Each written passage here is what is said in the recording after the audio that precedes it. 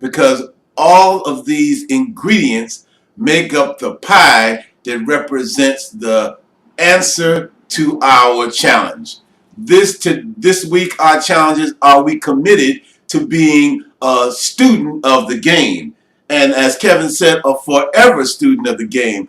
Very significant. Then ultimately, after moving from there, we have to begin to understand the game to rebuild the community through business, through education, and through financial success. And then after we learn to understand the game, then we have to win the game of business and community wealth through solutions, health, abundance, courage, and vision. So I'm saying that to say we've got parts of it that we can't answer all at one time. We have to become committed to it. Then we've got to understand it. Then we've got to get committed to winning it. As Dr. Duncan said, you can't have a dirty game and a healthy life. The two are mutually exclusive.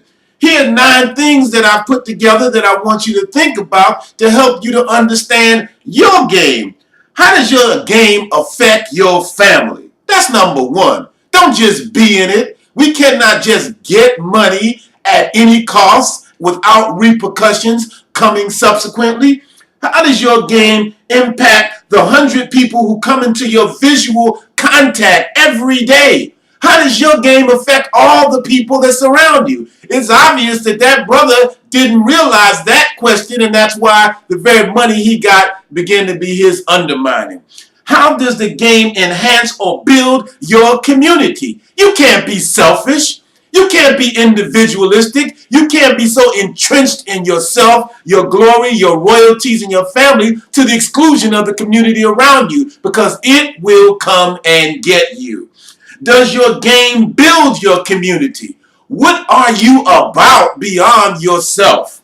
Is your game participatory so that collaboration with others to strengthen and expand the development and capacity of your community and your collective game? How well are you sitting at the table of greatness to in fact make things happen that transform, not to just fill your pockets? How does your game affect your race? We don't like to talk about that. We don't like to look at liberation like Brother Ratibu has said. How does it affect your race? Go straight to the core. How does your game affect where your people come from? You got to go to where you are to, in fact, evolve to what you're supposed to be.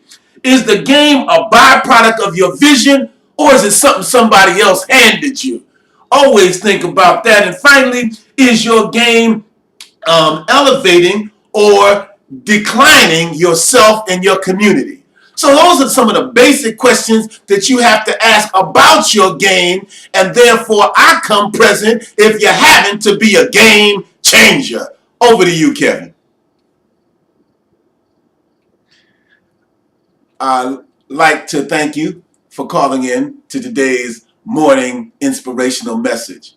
It is our hopes that you begin to look at what you are doing, what represents your game, and how you are affecting others through your game. Because until you really understand what you are doing, you cannot then understand what you are being, nor understand what you are creating. And that becomes essential to the propulsion and to the increased capacity of that which you call your game. The game of life and how to play it. Florence Scovel Shine wrote a book, and that was its title. The Game of Life and How to Play It. We'd like you to call a friend and family member and share with them what you've heard. Discuss what you are about. Discuss your game. Discuss your vision. Discuss your plans and share with them. And listen and leave yourself and feel them.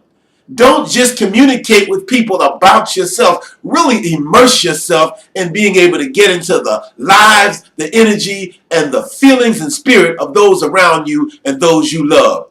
The beauty of this medium is you can revisit this message. You can study the message. You can evaluate what you've heard. You can become reflective on the capacity and impact of the message as it relates to your life. Take a moment to log into this YouTube channel. Leave a message. Leave a comment. Express your concerns. Begin to inventory how you see your life, how you see your game, and how you see those around you being affected by your game, because you want them affected, but you don't want them infected by your game. We look forward to bringing you this message of optimism. Why? Because we can correct ourselves. We can correct our lives. We can correct our community, and we can uplift those around us. Positive expectations is believing in yourself. Do you believe in yourself?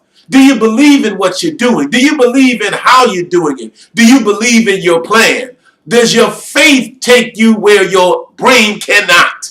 Growth and prosperity will take place when you begin to use the resources around you lovingly and humbly to expand the dimensions of your development, to move you towards your goals, and to uplift those around you. Have a great and fantastic day, and go out and make your life free, happy, and fulfilled. And never forget to touch the lives of those around you. Never forget to make them warm, make them smile, make them happy. Let your spirit and your vibration say, I care. And watch how you will create a garden that will sustain you when the storm comes in your direction. This is your friend and brother, Brother Tambuzi, saying, have a great day, and we'll see you next time.